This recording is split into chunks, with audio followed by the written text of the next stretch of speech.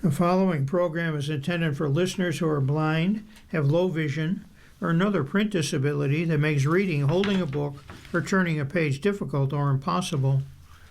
The content is copyrighted by the respective publishers. For more information, please visit us on the web at nfradioreading.org.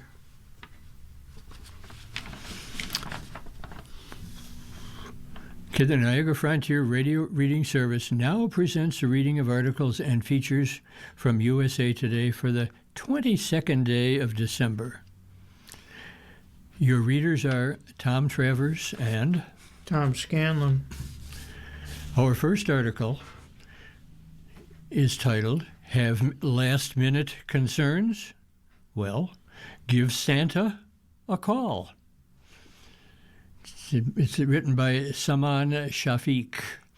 Santa Claus may be the busiest man on Christmas. However, he's still taking time out on his schedule to talk to all children, even the naughty ones. In addition to mall visits and responding to letters via his famous mail services, December's most wanted man has a hotline, which you can call to find out if you're on his nice list or let him know what gifts you're looking forward to this Christmas. Father Christmas can be reached at his official hotline by calling 605-313-4000. People can also visit free conference call .com/Santa hotline to call the Santa hotline through the official website. And there's a picture of old St. Nick reading a wish list, I guess. Letters aren't the only way children can communicate with Santa. They can also call him on Stock-and-Roll/Getty Images. Well, when you call Santa's hotline, you are directed to his voicemail, where Santa wishes you a Merry Christmas with his signature, ho, ho, ho. This is Santa, and you have reached my personal hotline, he says. We have been very busy making all those toys to deliver on Christmas morning, and I want you to know that your family loves you very much, and so do I. Santa reminds everyone to be good and listen to their parents. He then prompts the caller to leave a message. Quote, when you hear the tone, please leave me your Christmas gift wishes and holiday cheer, says Santa. And remember, kids, I know who's been naughty and nice. Merry Christmas, and I'll see you soon, he adds before signing off. You can call Santa Claus whenever you want. The line to the North Pole is open for 24 hours a day, 7 days a week. Santa will also be accepting calls on Christmas Day for last-minute wishes. What a guy. Calls to the hotline can also be made as many times as you desire. When a call to Santa is made from a mobile number, call will be received. We will receive a text with a link to a recording of the voicemail that was left for Santa. The message can also be shared. And the last sentence. The hotline is 100% free, but normal carrier rates may apply according to the website. The next article is on a little more serious note. Epstein files raise additional questions. Lawmakers and advocates say key info is still missing. Dateline Washington. The Justice Department's partial release of the long-awaited Jeffrey Epstein files raises important questions. Mm-hmm. Lawmakers and victim advocates say about potentially botched investigations and about what other evidence the government may have about potential conspirators. Many of the thousands of documents released on December 19th to meet a legal deadline included entire files and grand jury transcripts with significant redactions. Other key investigative documents known to be in the government's possession, including information leading to the federal indictment of Epstein 2019 and of his longtime association with Ghislaine Maxwell in 2020, were missing entirely.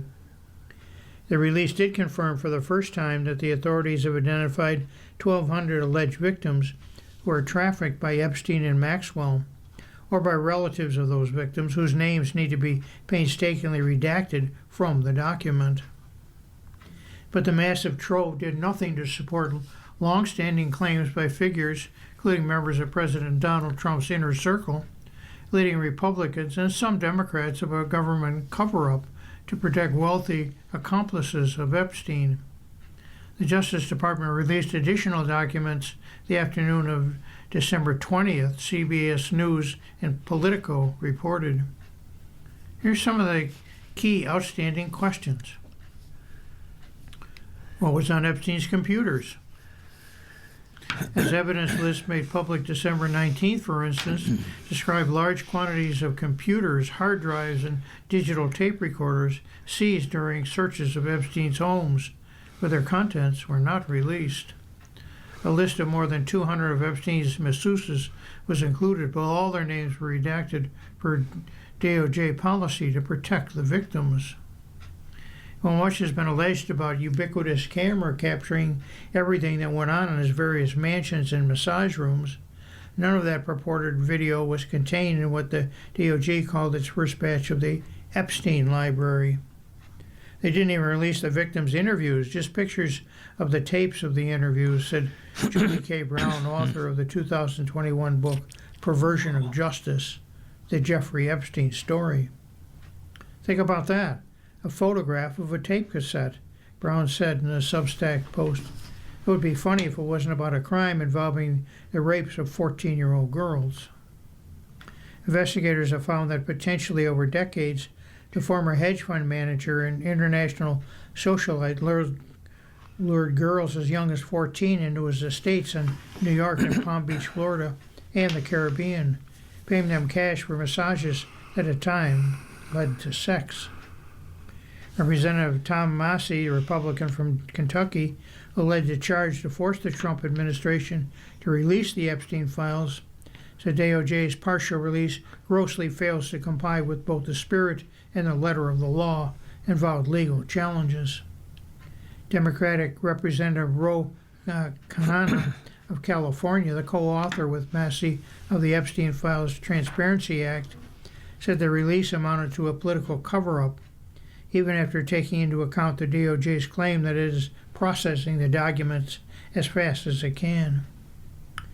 Deputy Attorney General Todd Blanche said the Justice Department was doing its best to balance its legal disclosure requirements with its obligation to redact all information about victims from the files. It planned to release more documents over the next couple of weeks, he told Fox News.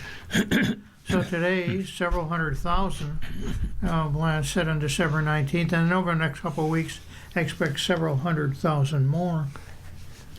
Blanche also shot down claims the Trump administration would try to protect Trump, saying the DOJ would by the end of the year release any documents in its possession about him and anyone else in the files.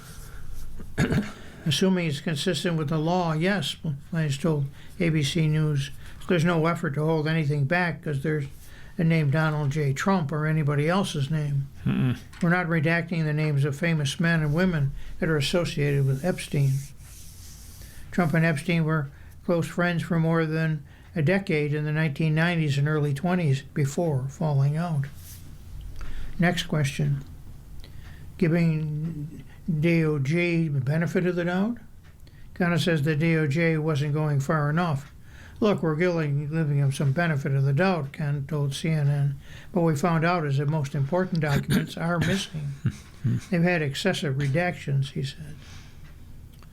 Another question, do files mention Donald Trump? The documents include many photos of Epstein with celebrities, including former President Bill Clinton.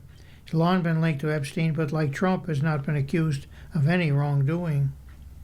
Two of the photos show Clinton in a hot tub in a pool with women whose faces are blacked out, prompting White House and DOJ officials to flood social media with claims he was with Epstein's victims at the time. Clinton spokesman Angel Urena denied that, saying that statement that Trump administration was trying to use people like Clinton as scapegoats. This is about shielding themselves from what comes next or from what they'll try and hide forever, Irina said, so they can release as many grainy 20-plus-year-old photos as they want. But this isn't about Bill Clinton. Never has, never will be.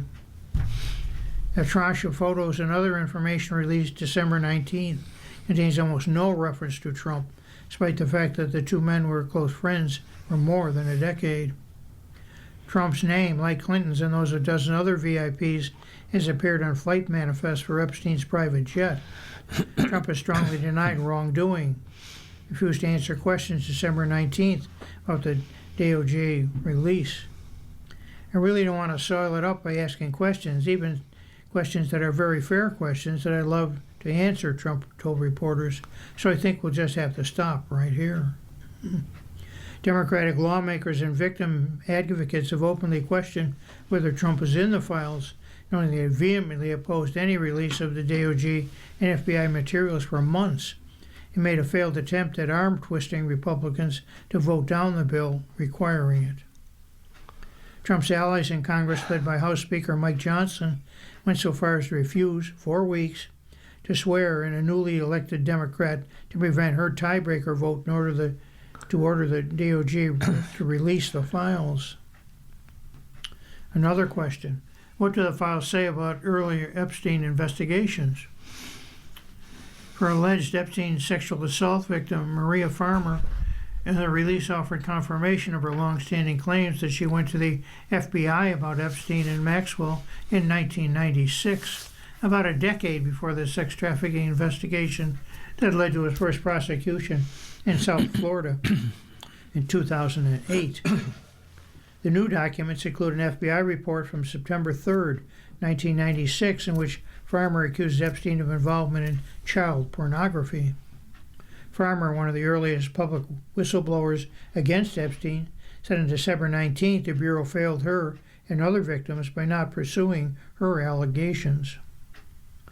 This is a moment for which I've waited 3 decades, over half my life, Farmer said in the statement issued before the DOJ release.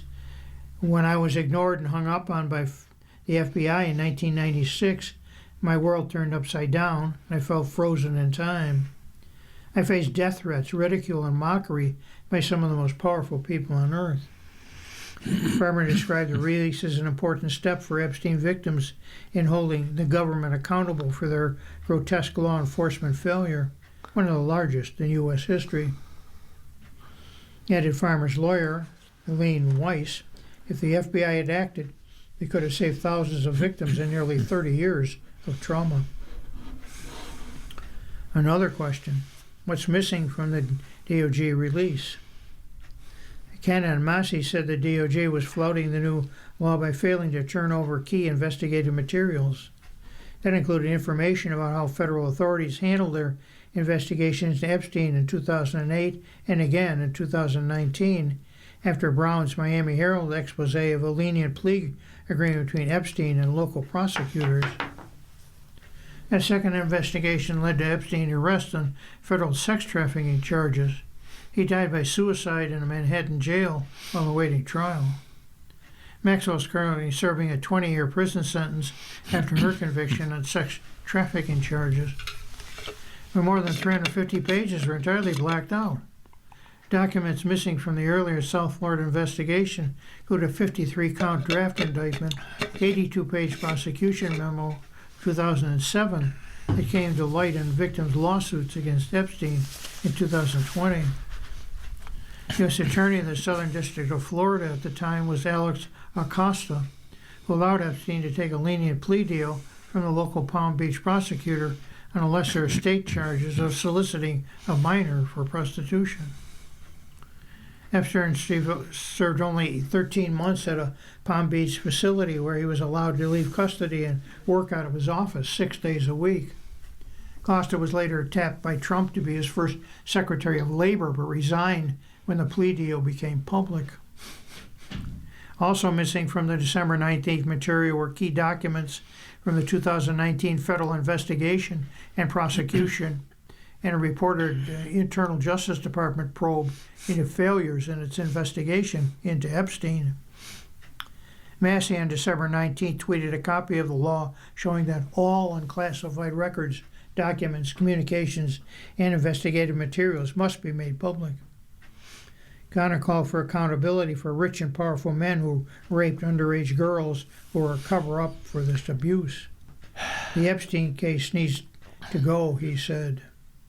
The Justice Department has 15 days to produce a report detailing the reasons for withholding or redacting documents. This next article is, the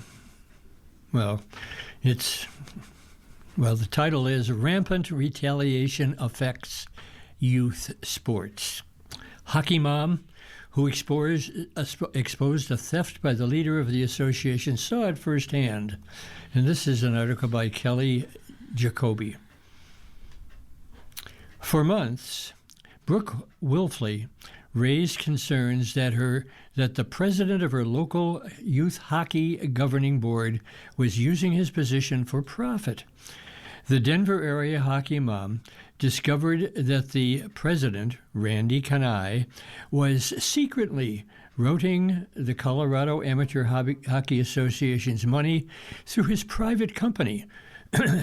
She reported his conflicts of interest and mismanagement to everyone she could: board members, club directors, coaches, and 4 USA Hockey leaders who oversee the nonprofit, but little was done.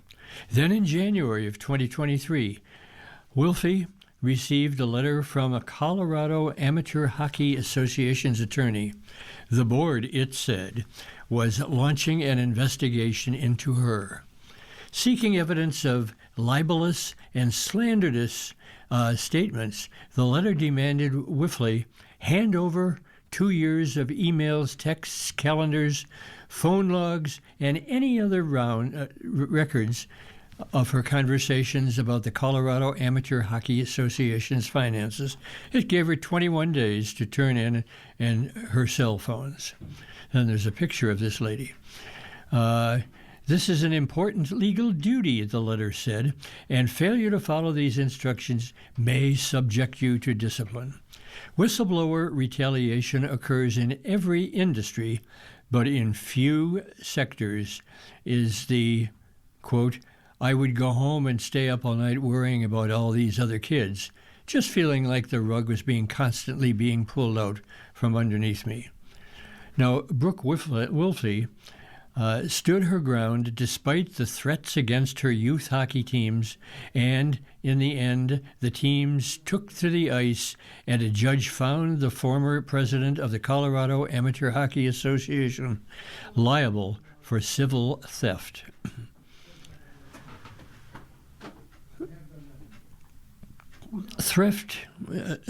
More threats came out, and more personal than in youth sports, where parents who speak up about corruption and financial exploitation risk repercussions, not just for themselves, but for their children.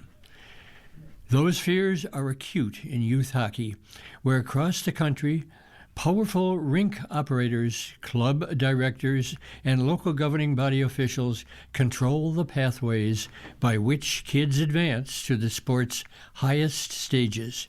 Many parents who suspect wrongdoing stay quiet out of fear of jeopardizing their kids' opportunities.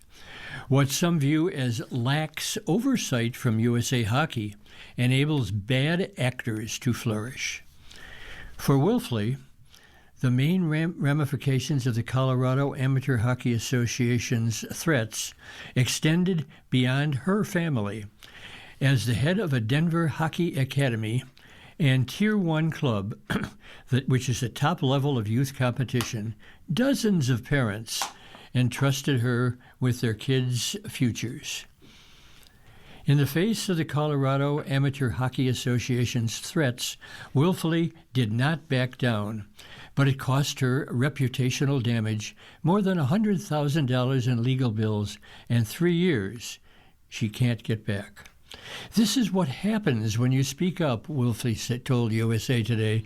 You get bullied, you get threatened. They hurt our kids. And obviously there are a lot of conflicts of interest that take place. willfully jumped at an opportunity before ever playing a game. Her club ascended to the most coveted echelon of youth hockey, but didn't sit well with Kanai and other board members. They never went through a process so formally apply. They just made it happen.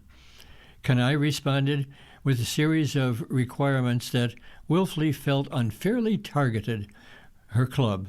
She announced audits of a sampling of clubs, including hers. He made her restructure part of her businesses. He said the association would honor her club's tier designation only if her players wear Tigers jerseys and play games in Colorado Springs, an hour-and-a-half drive from Denver. Wiley spent thousands of dollars on new uniforms and legal expenses, only for Kanai to announce the board's intent to eliminate one of the state's 14 licenses. Wiley felt her club was on the chopping block. Suspecting a personal or financial motive for his actions, Wiley scoured the nonprofit's tax returns, bylaws, and individual and other board members' business filings, searching for conflicts of interest. She didn't find the motive she was looking for. What she found was even more troubling. What did she discover? She discovered a dozen for-profit companies and trade names registered to Kanai that matched the names of Colorado Amateur Hockey Association programs. One called Team Colorado shared the same name as the association's girls' hockey teams. Others, like CO Hockey and Rocky Mountain Sports Testing, she recognized these from the association's website and payments she had made for her son's hockey camps. Willfully also found that the association had not filed tax returns or held annual board elections for 3 years. As she found out more information, that's when Wiley received the letter from the Colorado Amateur Hockey Association General Counsel, Peter Schaefer. Its title, Notice of Spoliation and Investigation. Hockey Mom continues to fight retaliation. Wiley knew the demand for her private data was likely unlawful, but waiting for the legal system to play out was a luxury she did not have. With the state championships weeks away, even interim disciplinary action against her club could result in her players' disqualifications. Defending herself from a libel or slander lawsuit, even frivolous ones, could cripple her businesses and family finances. Days before the 21-day deadline to turn over her electronic devices for forensic accounting, she had not yet responded.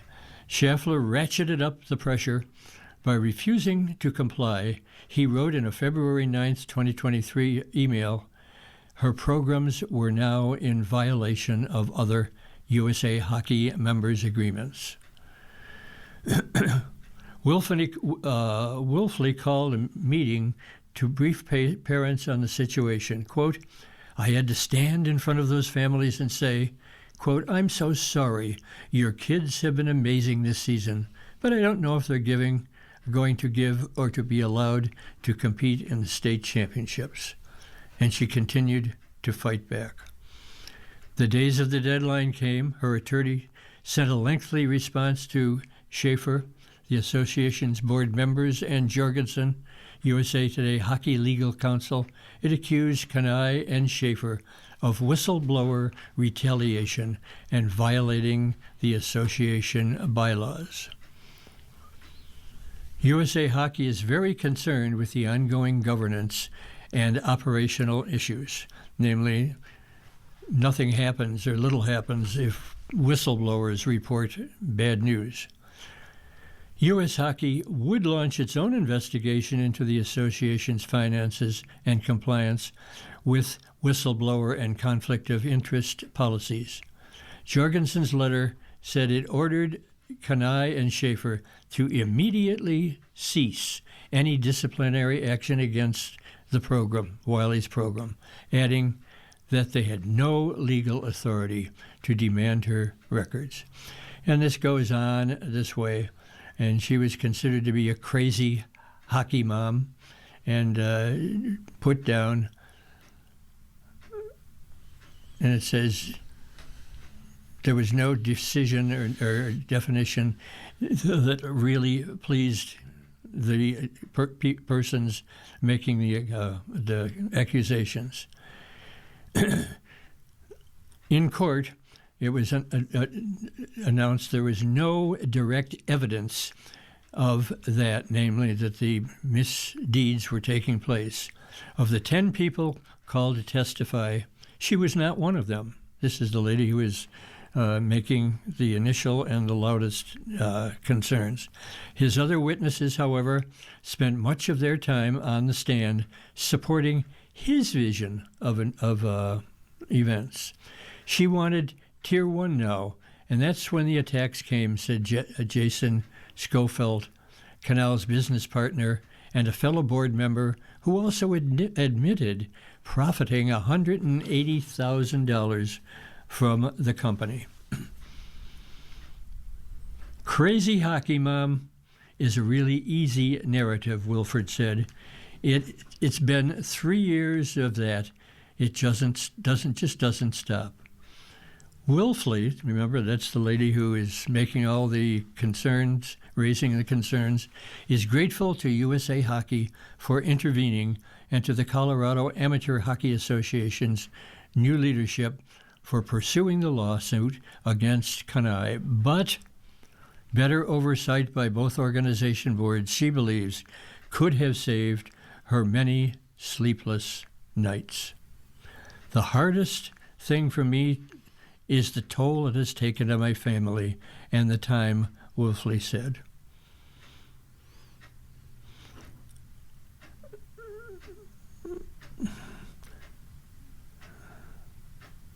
And it's just more of the same. More of the same. All right. You're listening to a reading of today's USA Today and the Niagara Frontier Radio Reading Service. The time is 12:28, which means we'll turn to the money section of USA Today. And our first article is titled Report, Inflation Eased in November. Some analysts question accuracy of the data. Inflation eased its grip on the American consumer in November, with prices rising 2.7% from a year earlier, the Labor Department said in a December 18th report. The annual inflation rate has crept as high as 3% in September. The slightly lower rate for November reflected smaller price increases for gasoline and new vehicles, among other items. Core inflation, which excludes volatile food and energy items, is watched closely by the Federal Reserve, came in at 2.6% in November, the lowest rate since 2021. Many forecasters had projected the upward march of inflation would continue under pressure from President Donald Trump's campaign of import tariffs. One consensus forecast put the overall inflation rate for November at 3.1%, nearly a half point higher than the reported figure. The market can hardly believe their eyes, said Chris Rupke, chief economist at FWD Bonds. Where's the tariffs inflation? Stocks rose at the opening bell on December 18th to respond to the unexpectedly rosy inflation report. Just as interesting, perhaps, was the Bureau of Labor Statistics did not say what happened to consumer prices in October. There'll be no inflation report for October owing to the nation's longest ever government shutdown, leaving a permanent one-month gap in the historical record. Some analysts question the accuracy of the November inflation data. The showdown began on October 1st and ended on November 12th. That gap, coupled with the late November Thanksgiving holiday, left the government limited time to collect data on prices. It's just 1 month of data, and distortions can't be ruled out, said Seema Shah, chief global strategist at Principal Asset Management. That data lapse also means the Labor Department could not report any month-to-month changes in consumer prices for November. In a normal month, economists count on monthly price fluctuations to provide signals on the direction of the economy. Here's what we do know. Inflation has crept steadily up in the months since President Donald Trump launched a slate of aggressive import tariffs, which raised consumer prices throughout the summer and fall. The annual rate stood at 2.3% in April, the lowest ebb since early 2021.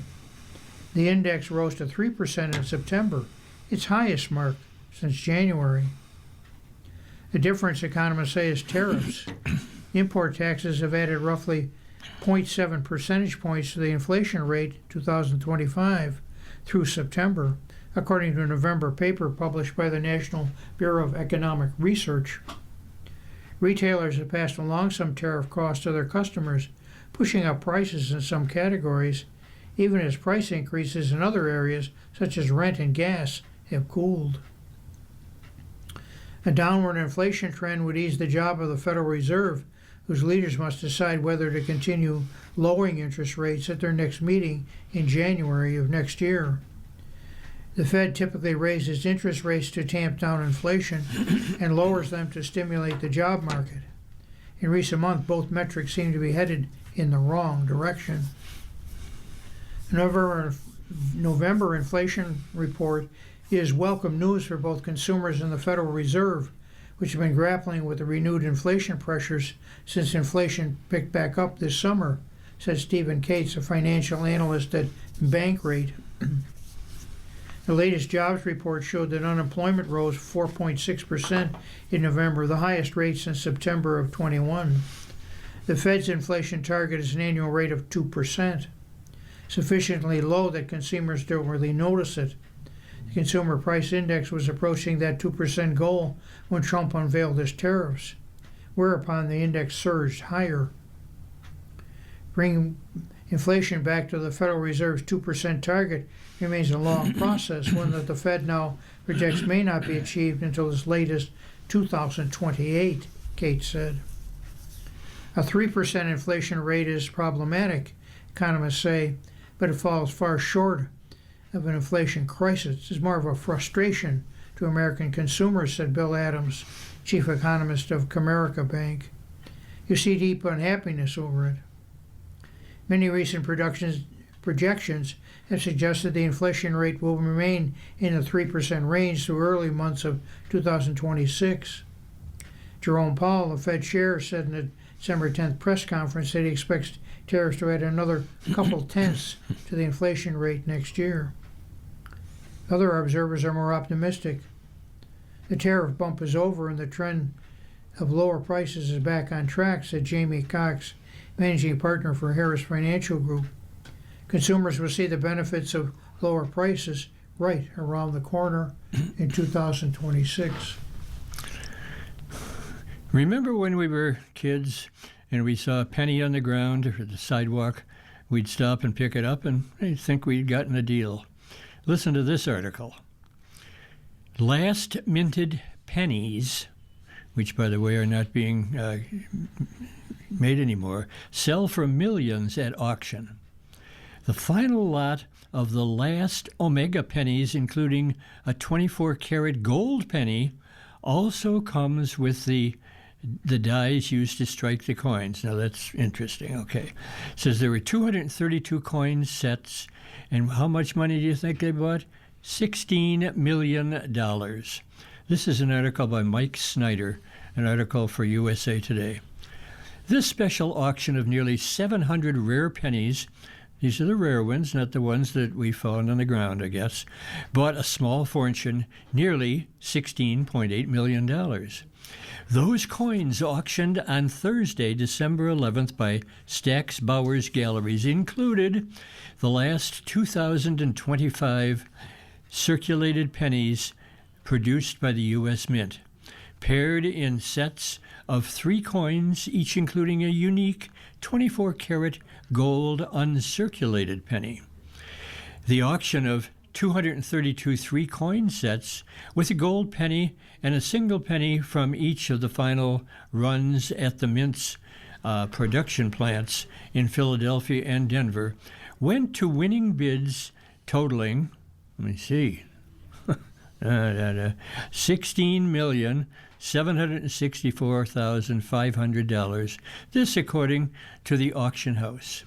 The Treasury Department and the U.S. Mint decided to create the special runs of coins after the Treasury Department followed the order of President Donald Trump to stop minting pennies, noting that each one coin costs 3.7 cents to produce.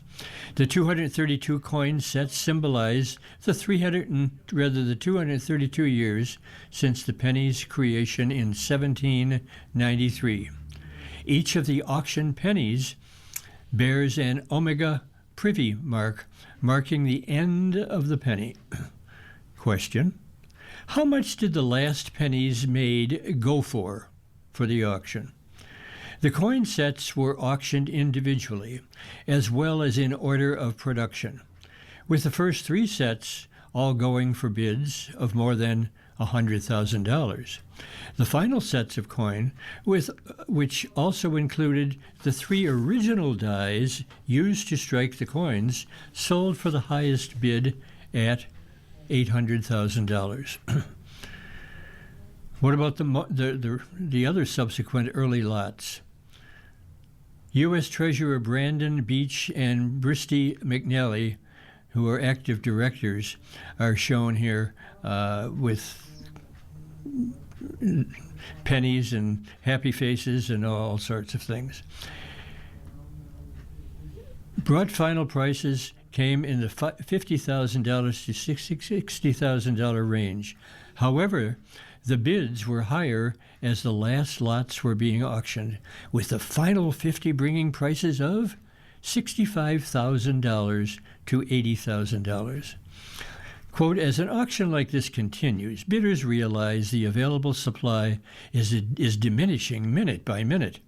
Brian Candarella, president of Stack's Bowers Galleries, said in a news release, quote, since no Omega pennies have ever been sold before this auction, we watched the market develop in real time. Bids surpassed the estimates of many coin experts. What I thought would have sold for $40,000 to $45,000 sold for about $65,000 to $70,000, so almost 50% higher than we anticipated. So said John Feigelbaum, who is the publisher of the coin price guide Graysheet and executive director of the Professional Numismatists Guild, which is a nonprofit organization composed of many of the nation's rare coins expert. He went on to say, quote, I would have been shocked if they sold for less than my estimate because they are just so uniquely interesting, he said. The auction house had gotten interest from an unexpected and unprecedented amount of buyers they say they had never been heard from before. And the last sentence. On the day of the auction, Stack's Bowers Galleries had to delay the event for an hour. Why? To boost website bandwidth, to accommodate the traffic from interested bidders, Candera said.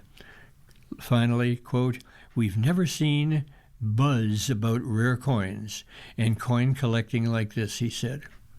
So here they're talking about rare pennies. I guess the pennies we found on the streets won't pull anything. Probably not worth that much. No.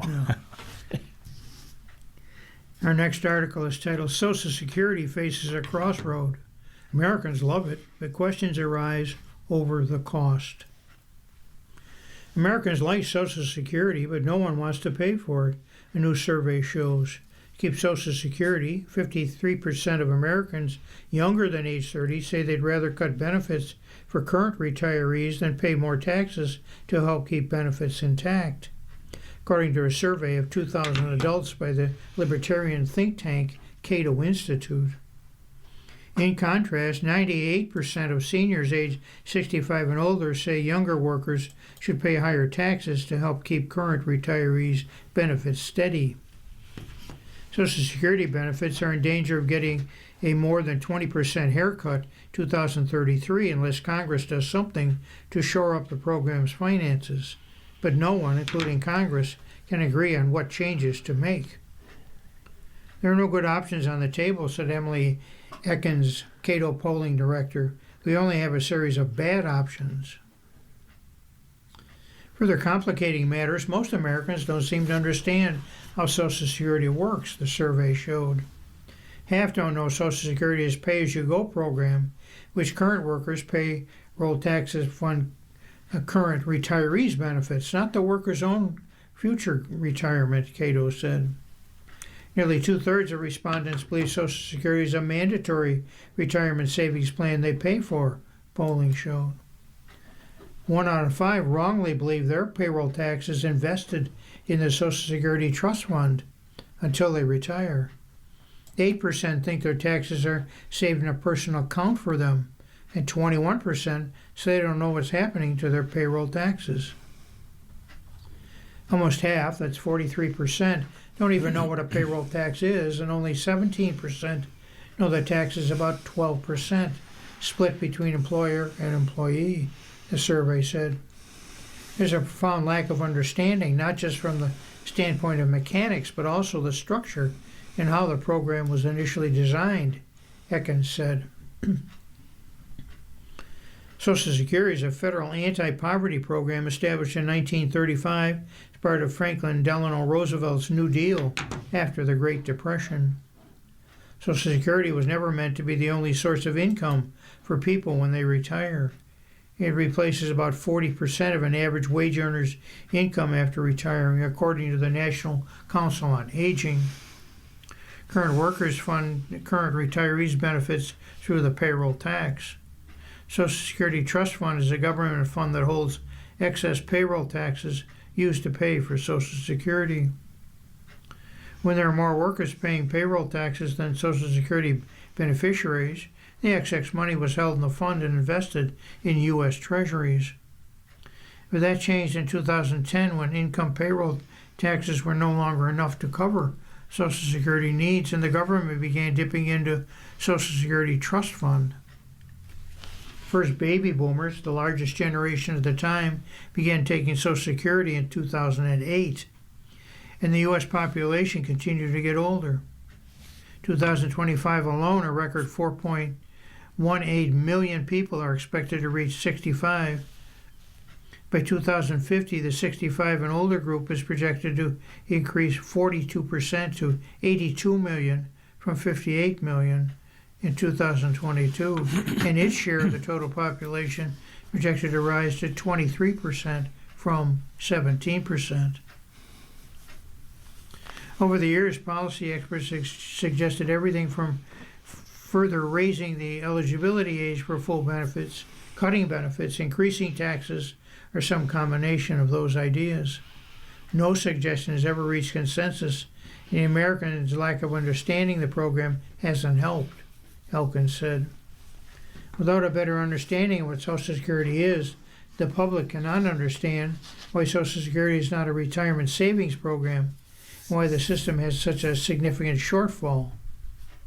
This lack of understanding makes it more difficult for policymakers and reformers to build public support for necessary changes. Absent broader education on Social Security, Ekins said Congress should consider creating an independent, nonpartisan commission to authorize to study and enact changes. Most Americans, or 71%, would support that option, Cato surveys showed. The commission would be similar to the Base Realignment and Closure Commission in the 1990s that Congress tasked with recommending how to close and consolidate military bases, Ekins said. Delegating the job to an independent commission also would provide cover for politicians.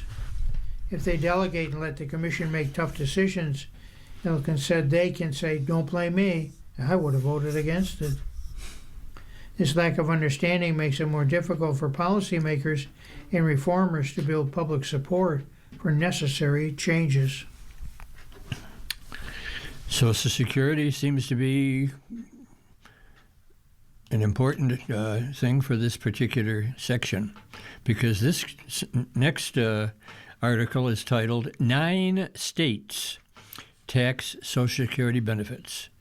It's an article written by Andrea Riquier for USA Today.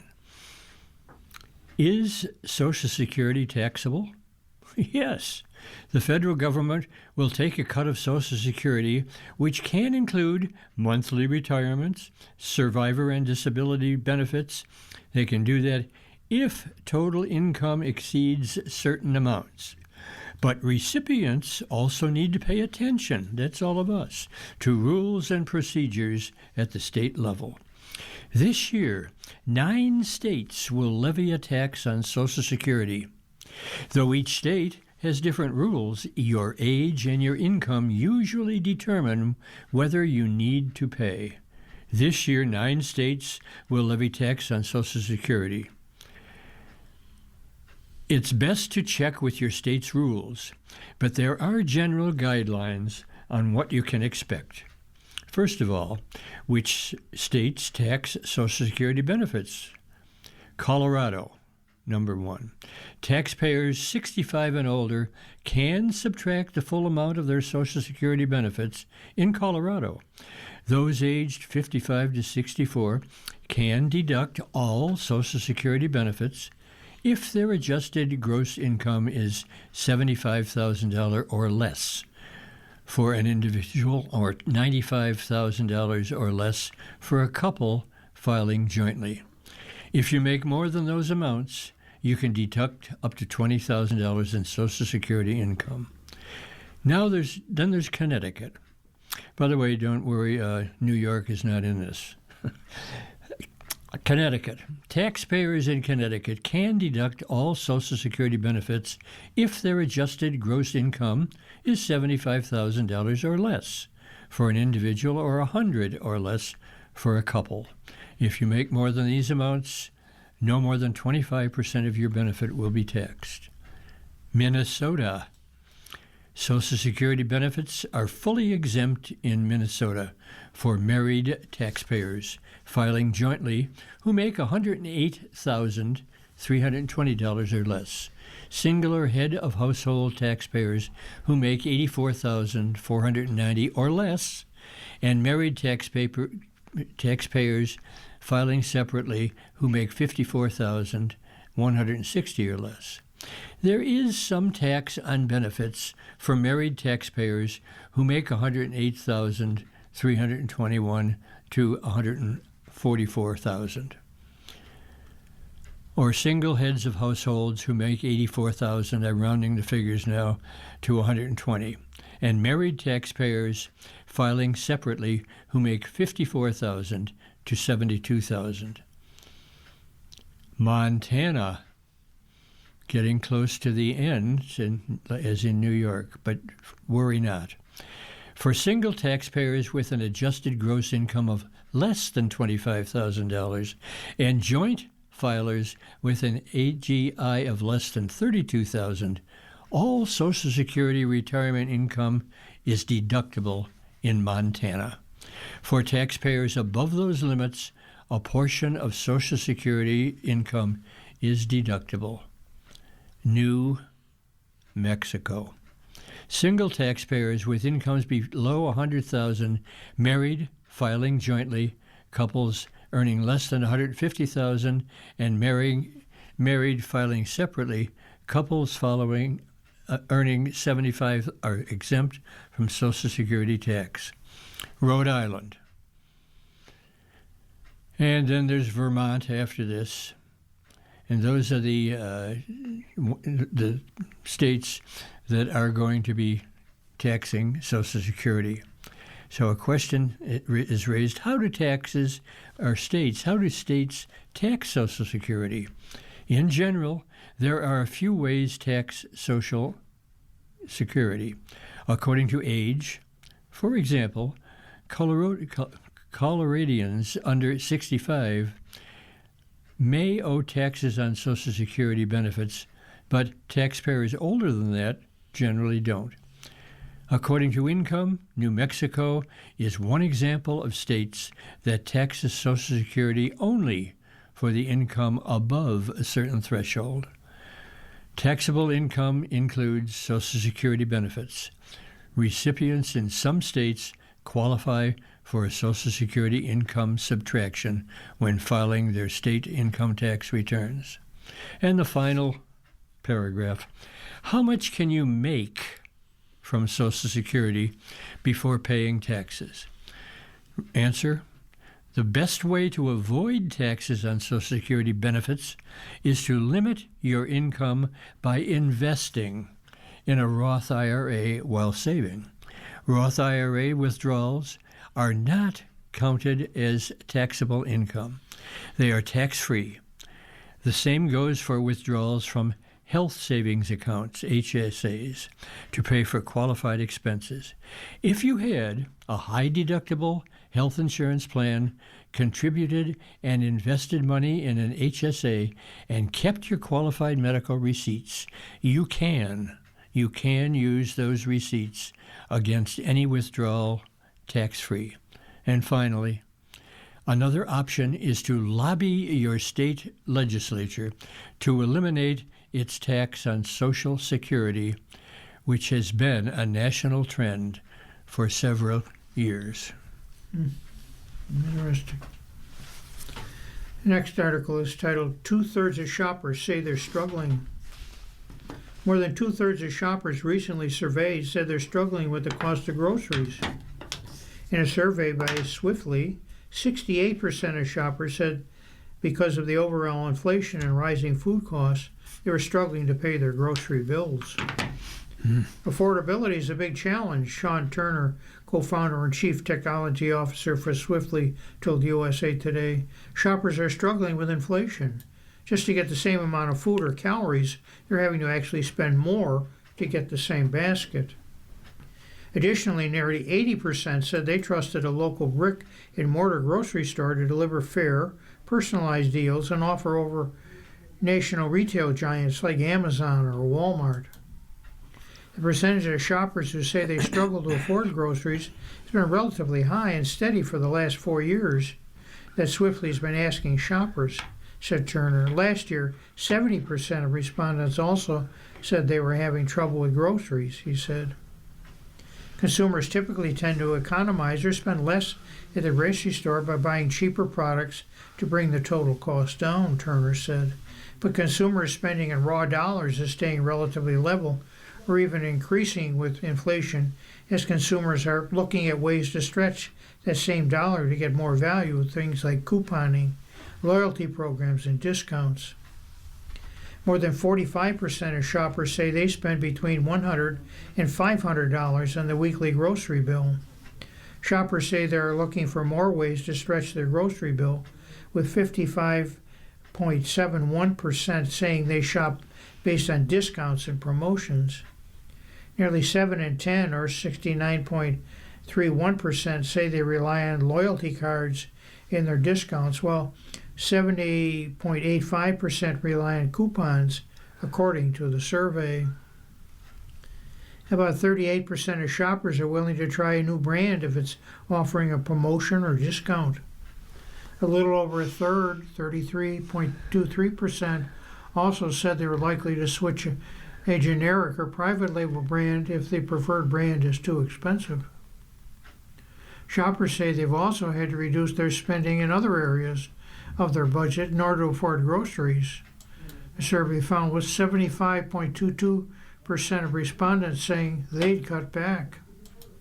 The largest number, 67.75% of respondents, say they had reduced spending on entertainment like movies, concerts, and shows, followed by 45.92% who said they postponed or canceled travel plans, 45.23% who bought fewer new clothes, and 40.31% who are eating or drinking out less.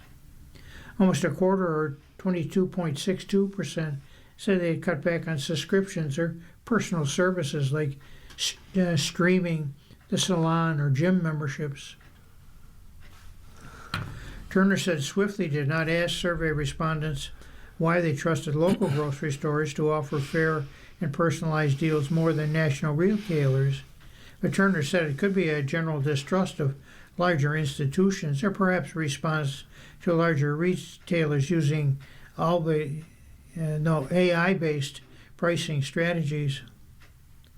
Local grocers also fellow community member, said David Cutler, Vice President of Media and Relations and Public Affairs at the National Grocers Association, which represents independent community grocers.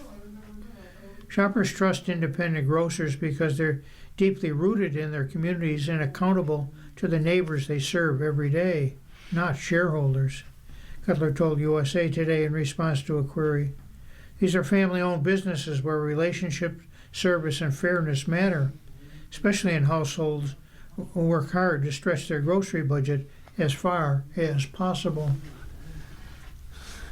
And the last article is titled X. X sues the startup over Twitter branding. Elon Musk bought Twitter in 2022 for $44 billion and rebranded the site to X. X, the social media platform owned by tech baron Elon Musk, filed a lawsuit in Delaware federal court seeking to halt a startup from using the platform's old brand, namely Twitter. Operation Bluebird petitioned the U.S. Patent and Trademark Office earlier in December to cancel trademarks associated with the Twitter brand to use it for a new social media she called Twitter New. It argued that X has eradicated the brand from its products, surviving services, and marketing ones. Then finally, the Twitter brand is alive and well. It's owned by X Corporation, and it's not ripe for the picking. The lawsuit filed responds, quote, despite Bluebird's purported plan, it cannot bring Twitter back. Twitter never left and continues to be exclusively owned by X Corporation. You're listening to a reading of articles from USA Today for the 22nd day of December on the Niagara Frontier Radio Reading Service. We'll return for more readings after this short break. Your readers today are Tom Scanlon and Tom Travers. Hello, this is Marion Heatherly, Community Engagement Coordinator for your Niagara Frontier Radio Reading Service, and I'd like to talk to you as another year comes to a close. We've been reflecting on what we've accomplished in 2025 and what needs to be done in the new year, and you, our listeners, are at the heart of everything. The most important message we want to share this holiday season is thank you to all of our listeners who have supported radio reading in 2025 by listening, by making a donation, by attending an event, by spreading the word about us, by connecting a new listener with us. You're incredibly important to us as we review our accomplishments of the past year and plan for the future, so we can keep our programming free for everyone who needs it and reach more people who would benefit. On behalf of the entire team at Niagara Frontier Radio Reading Service, may the joys of the holiday season be with you all.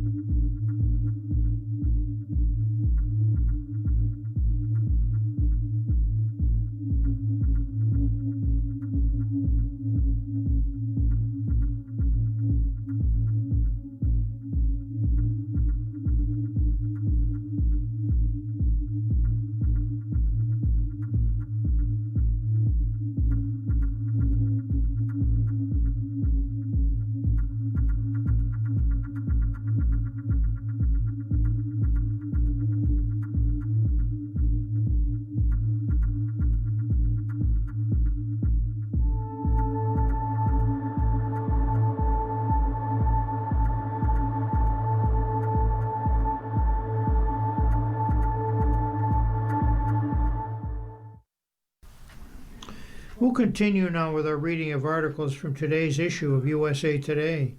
Your readers remain Tom Scanlon and Tom Travers.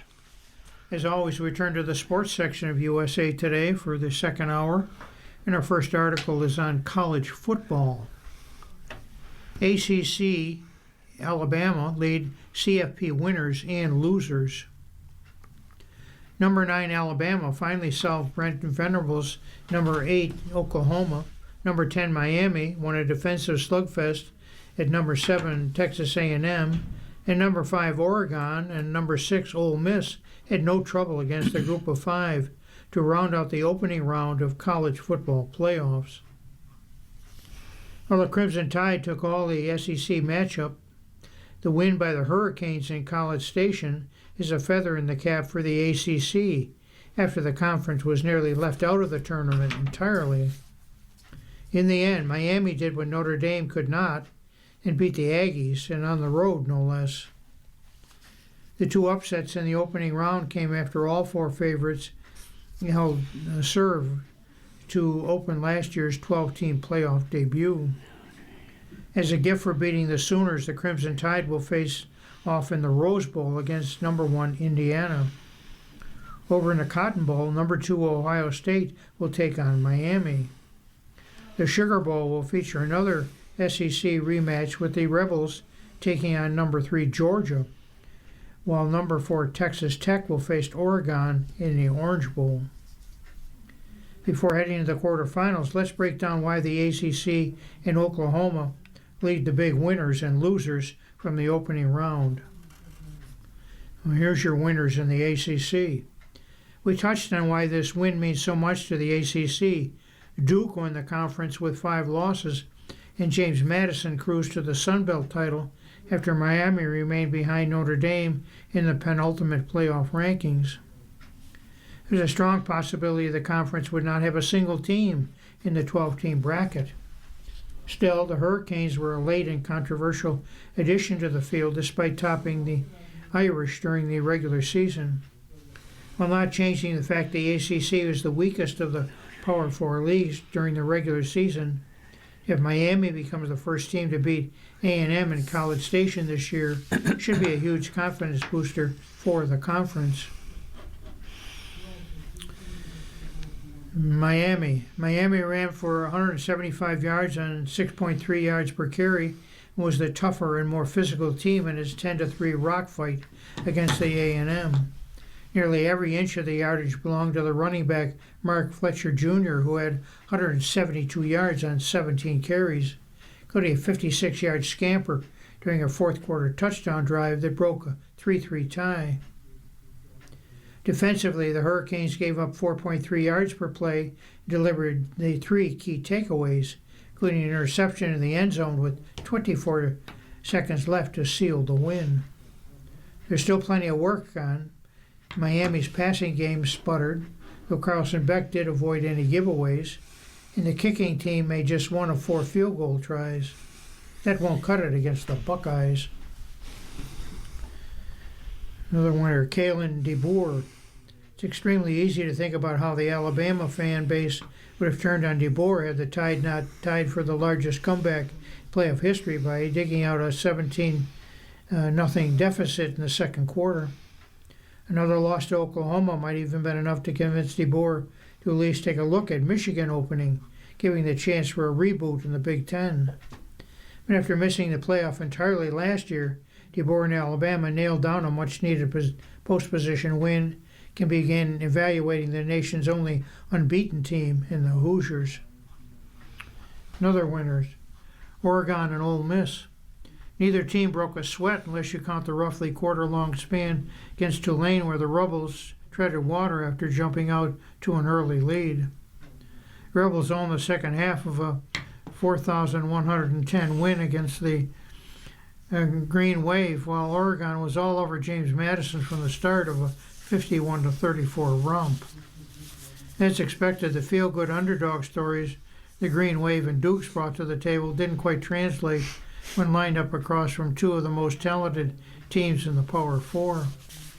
For the first time in the 12-team era, we'll see how playing a group of 5 teams in the opening round prepares the winner for a top four opponent in the quarterfinals. And the last winner, Pete Golding. So far, good news for the Rebels coach, making his debut in the opening round against Tulane. Golding pushed the right buttons out of the gate to help Ole Miss spring out to a 14-0 lead in the first quarter. While things stagnated through the first half, Ole Miss had 17-3. Halftime adjustments sparked a 27-0 run coming out of the break to put the Green Wave away. A bigger test awaits in New Orleans. Well, here's the loser group. Don't blame Tulane and James Madison. The Green Wave earned the automatic group of five berth baked into the playoff format. JMU benefited from Duke's ACC championship since the selection committee couldn't possibly put a five-loss team in the bracket.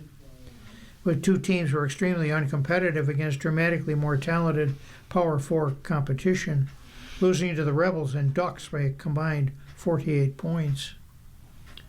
Another loser, Oklahoma. This was a slow-motion train wreck from the point of Oklahoma.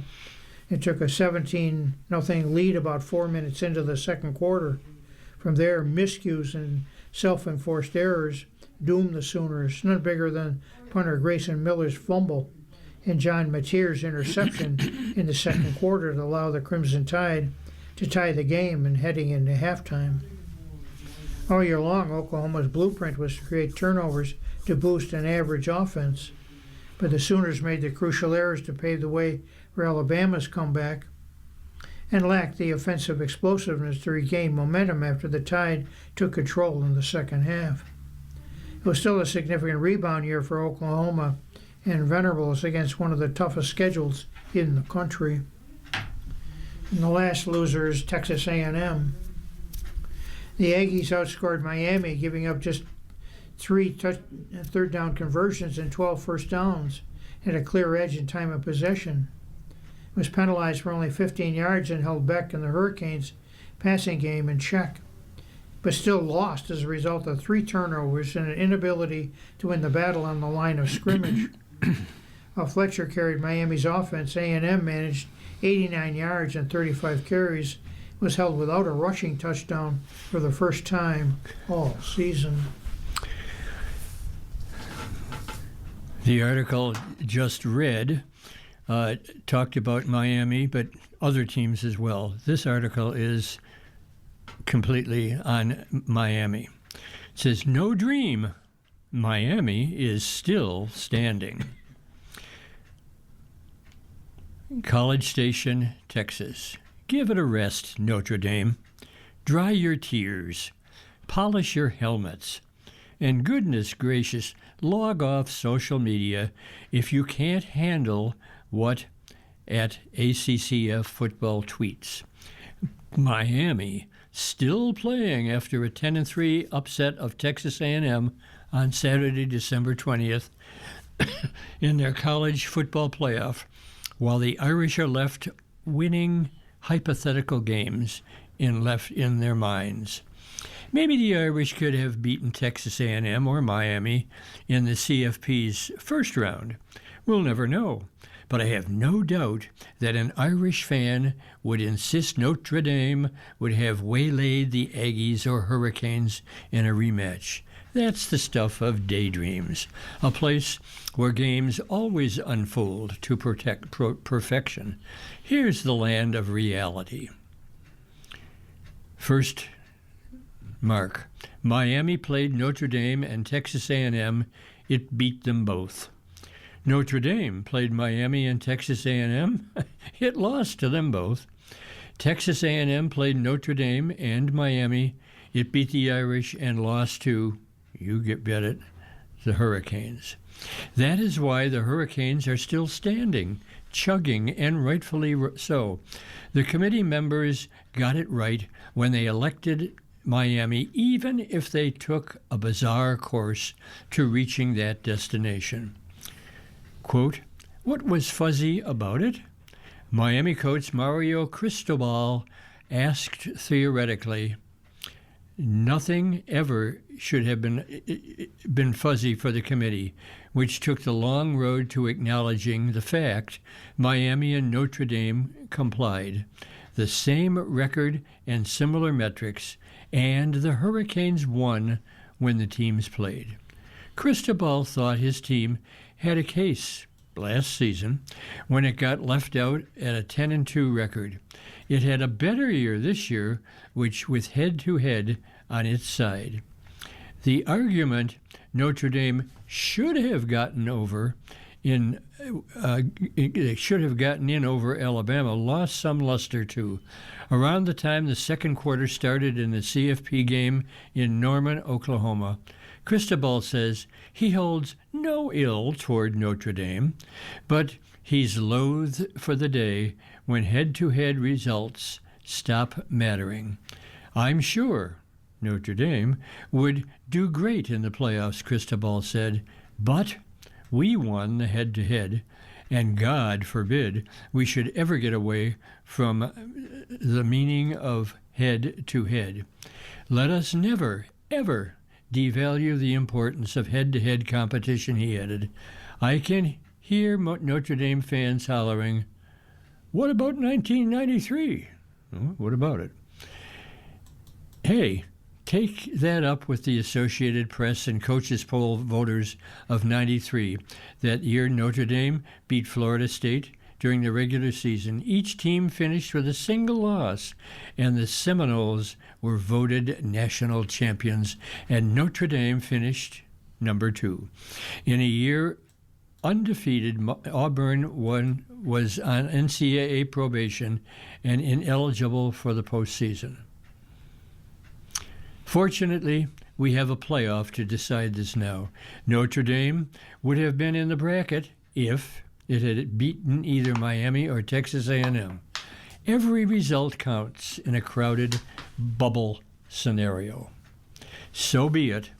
Lose a fewer games, nobody would dispute the Irish improved throughout the season. Meanwhile, Miami has won 5 straight.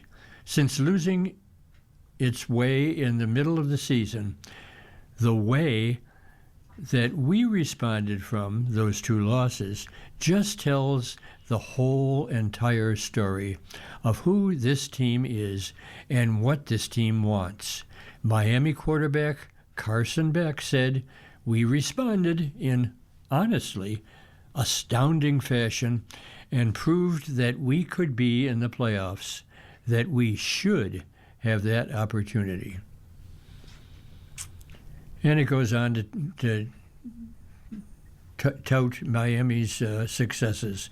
And the last paragraph, the Irish are left to convince themselves they would have beaten the Buckeyes too, because you can't lose the matchups that are only played in your mind. Miami will get to settle it on the field, just as it did against Notre Dame and then Texas A&M. So go Miami. It looks like we're staying with college football for yet another article. Course correction. Kalen DeBoer passes prove-it moment with Alabama's historic comeback at Oklahoma. Dateline Norman, Oklahoma. The damn thing was over. The rout was on. Hell, even Michigan wouldn't have wanted a piece of Alabama coach Kalen DeBoer after this debacle in the first round of the college football playoffs. And then, remarkably, beautiful things happened in a 34-24 comeback from behind victory over Oklahoma. DeBoer finally, mercifully, forced the impatient Alabama fan base and the rest of college football world to buy in, like it or not. We always say the game will come back to you if you keep working, keep fighting, DeBoer said. Just keep chipping away. Which, of course, is the perfect analogy for DeBoer's rocky ride in the most pressure-packed job in college football. How do you separate from the omnipresent Nick Saban? Do the unthinkable in a CFP game. Forget about 2nd and 26, or the drive, or the gravedigger. None of the storied, unthinkable, and improbable from Saban's 17 seasons in Alabama can match DeBoer's Lazarus moment against Oklahoma. A strange and surreal game that changed the program's momentum and DeBoer's place in it, especially with so much riding on it. This wasn't just any playoff game. Another in a long line for the most dominant program in the modern era of the sport. This was a prove-it moment for DeBoer, whose first 2 seasons at Tuscaloosa have included any number of imperfections that Saban, in all of his championship glory, would never, ever let slide.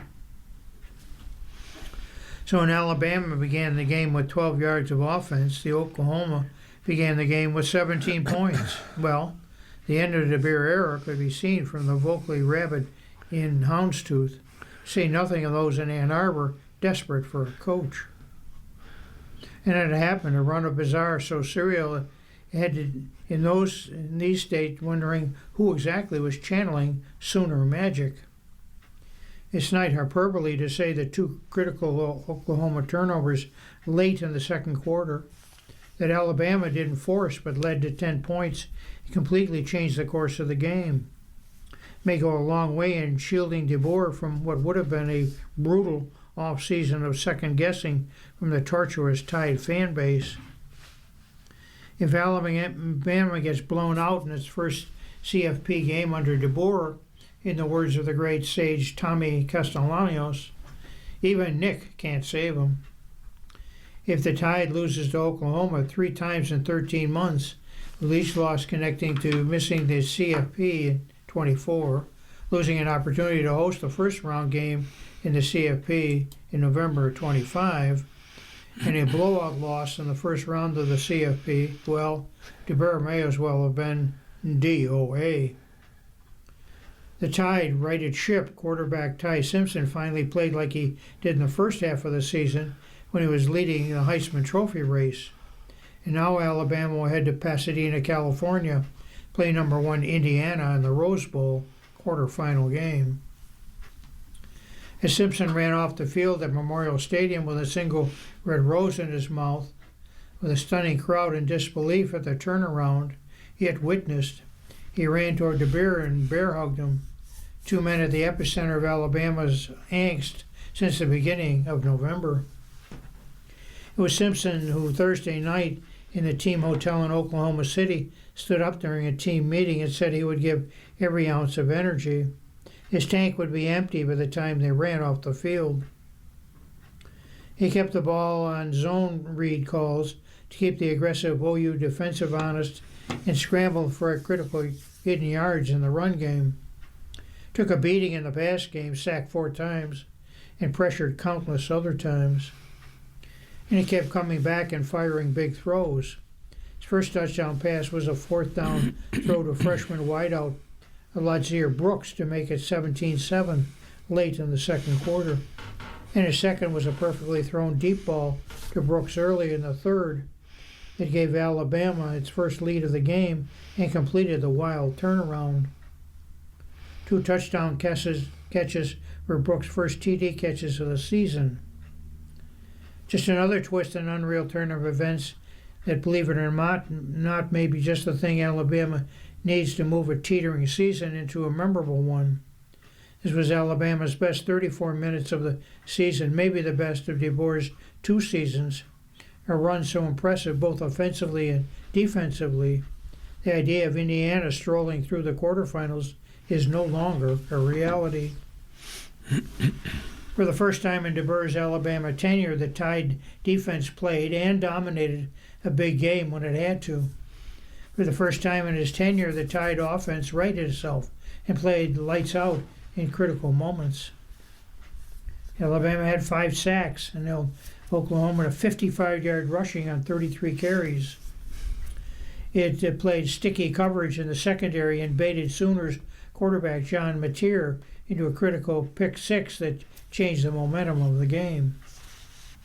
Alabama's primarily a zone coverage team, but on this specific play late in the first half, played same as famous 7-up coverage, or a cover 7. The hybrid man-zone coverage confused Mater, who threw to a spot on the field where a receiver wasn't. as the receiver was running an option route and fooled by the coverage.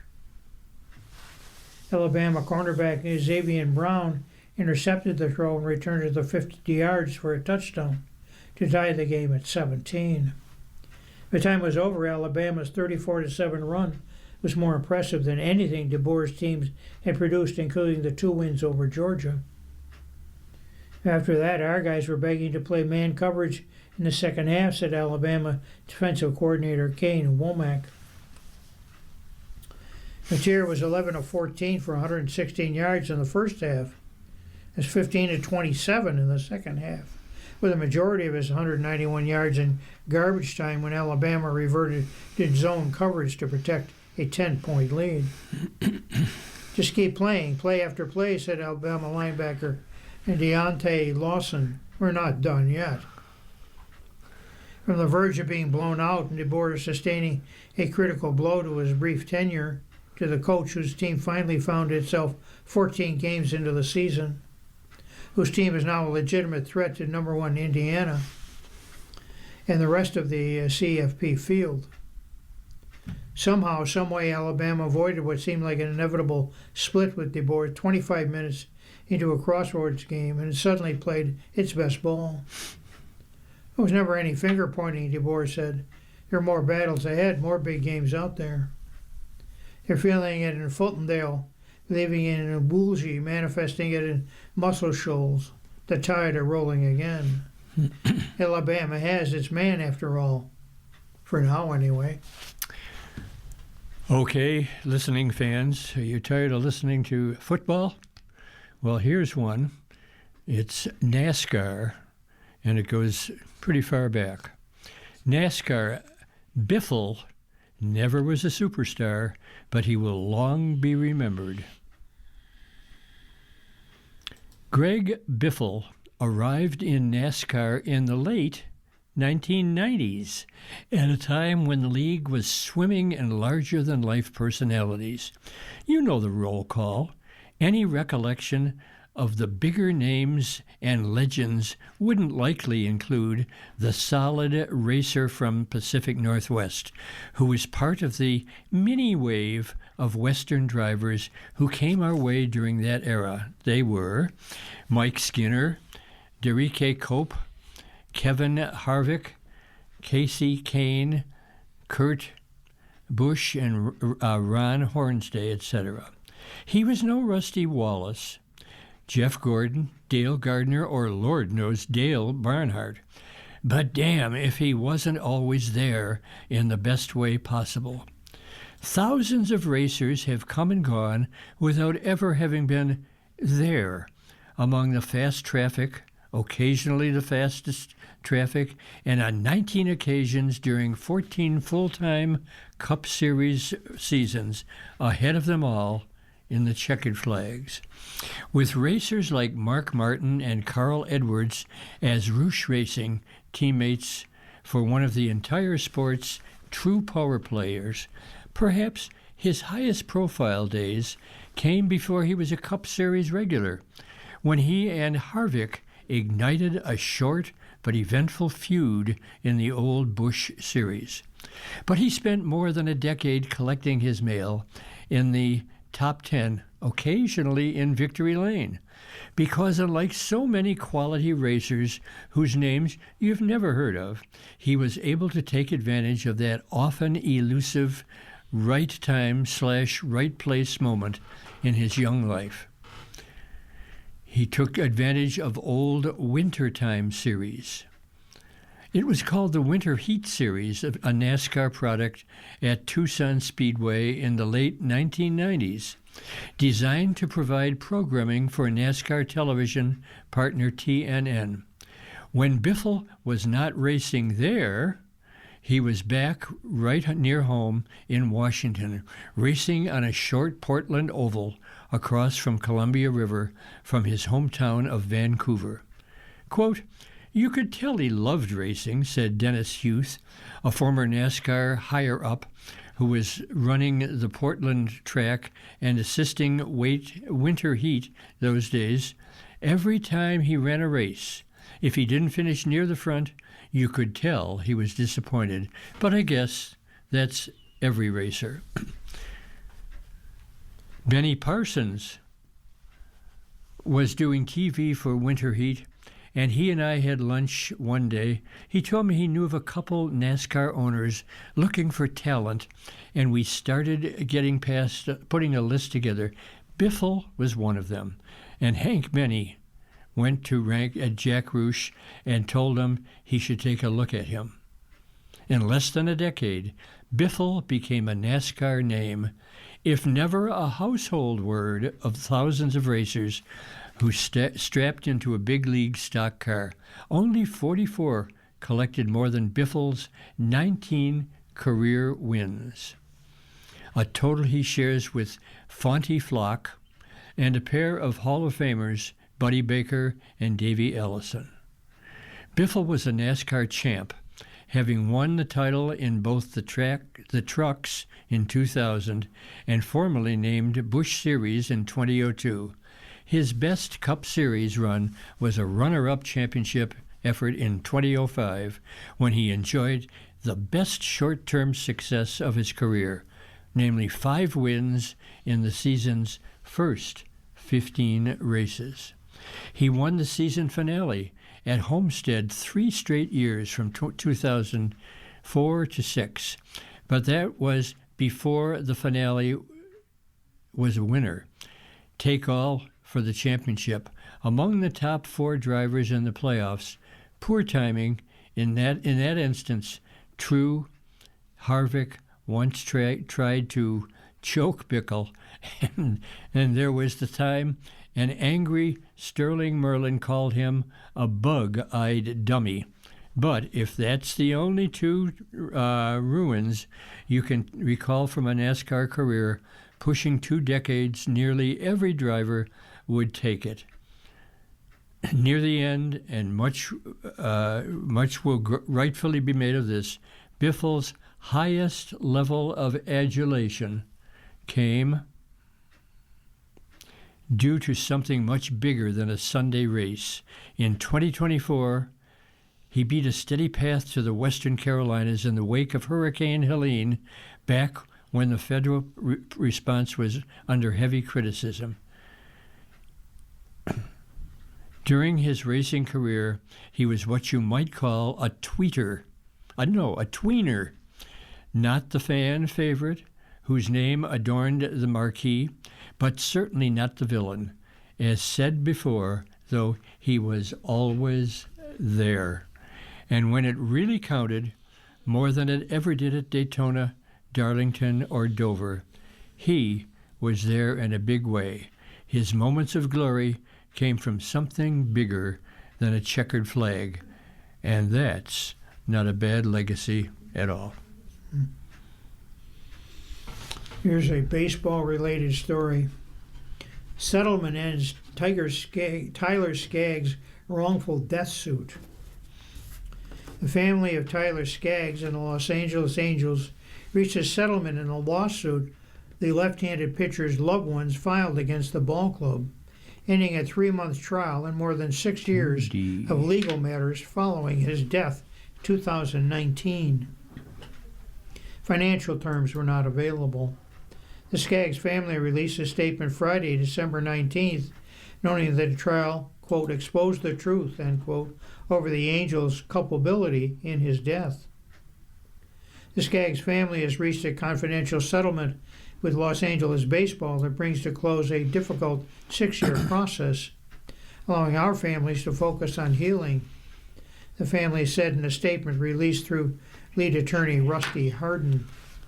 We're deeply grateful to the members of this jury and to our legal team. Their engagement and focus gave us faith, and now we have finality. This trial exposed the truth, and we hope Major League Baseball will now do its part in holding the Angels accountable. While nothing can bring Tyler back, we will continue to honor his memory. The 12-person jury had just begun its second full day of deliberations in the Santa Ana, California courtroom when multiple reports indicated the 2 sides were closing on a settlement. During the first day of deliberations, December 17th, the signals that emerged from the jury room did not bode well for the Angels. Jurors asked whether they determined the amount of punitive damage awarded and also requested testimony regarding Skaggs' potential future earnings to be read back. Based on the 5-page jury instructions they received that indicated they'd already cleared the hurdle of responsibility at the heart of the suit, that the Angels knew or should have known that former communications director Eric Kay was distributing unprescribed opioids to Skaggs and several other Angel players. Skaggs died July 1st, 2019, in a suburban Dallas hotel after ingesting a pain pill laced with lethal amounts of fentanyl that he received from Kay. The former communications director received a 22-year federal prison sentence after a Texas jury convicted him February 2022 of distributing a controlled substance resulting in death. The death of Tyler Skaggs remains a tragedy, and this trial sheds light on the dangers of opioid use and the devastating effects it can have, the Angel said in a prepared statement. Throughout the course of court proceedings, both parties searched for a path to a mutually agreed upon resolution, and a confidential settlement has been reached. At its core, the civil proceeding hinged on one concept: the depth of the Angels' knowledge that Kay provided drugs to Skaggs, and conversely, whether Skaggs, who aimed to quit Percocet cold turkey before the Angels acquired him in 2013, was addicted to painkillers long before Kay emerged as one of his primary sources to acquire them. Skaggs' family, his widow Carly, mother Debbie Hetman, and father Darrell Skaggs, had sought $118 million in lost future wages, in addition to emotional stress damages as well as punitive damages. And that's the end of the sports section, and we'll segue to the life section. And you're listening to a reading of today's USA Today on the Niagara Frontier Radio Service. The time is 29 minutes to 2. Have you ever heard of James Cameron? There's a picture of the fellow here. He's really a rough-looking guy, all made up with makeup. But let's see what it says. It says, movies. James Cameron offers a primer for Avatar 3. And his picture is there with a homemade bow and arrow. And the article starts, it has been 3 years since we last traveled to Pandora in Avatar, The Way of Water. In the sequel, Avatar, Fire and Ash, in theaters December 19th, the blue alien race known as the Na'vi once again are under attack by human military forces, as well as a new warrior clan that is, called the Mangkwans of Ash People. The 3-time Oscar winner James Cameron, the Titanic, filmed both movies at the same time. Although after the $2.3 billion success of Way of Water, he decided to go back and shoot additional scenes that put the characters' relationships front and center.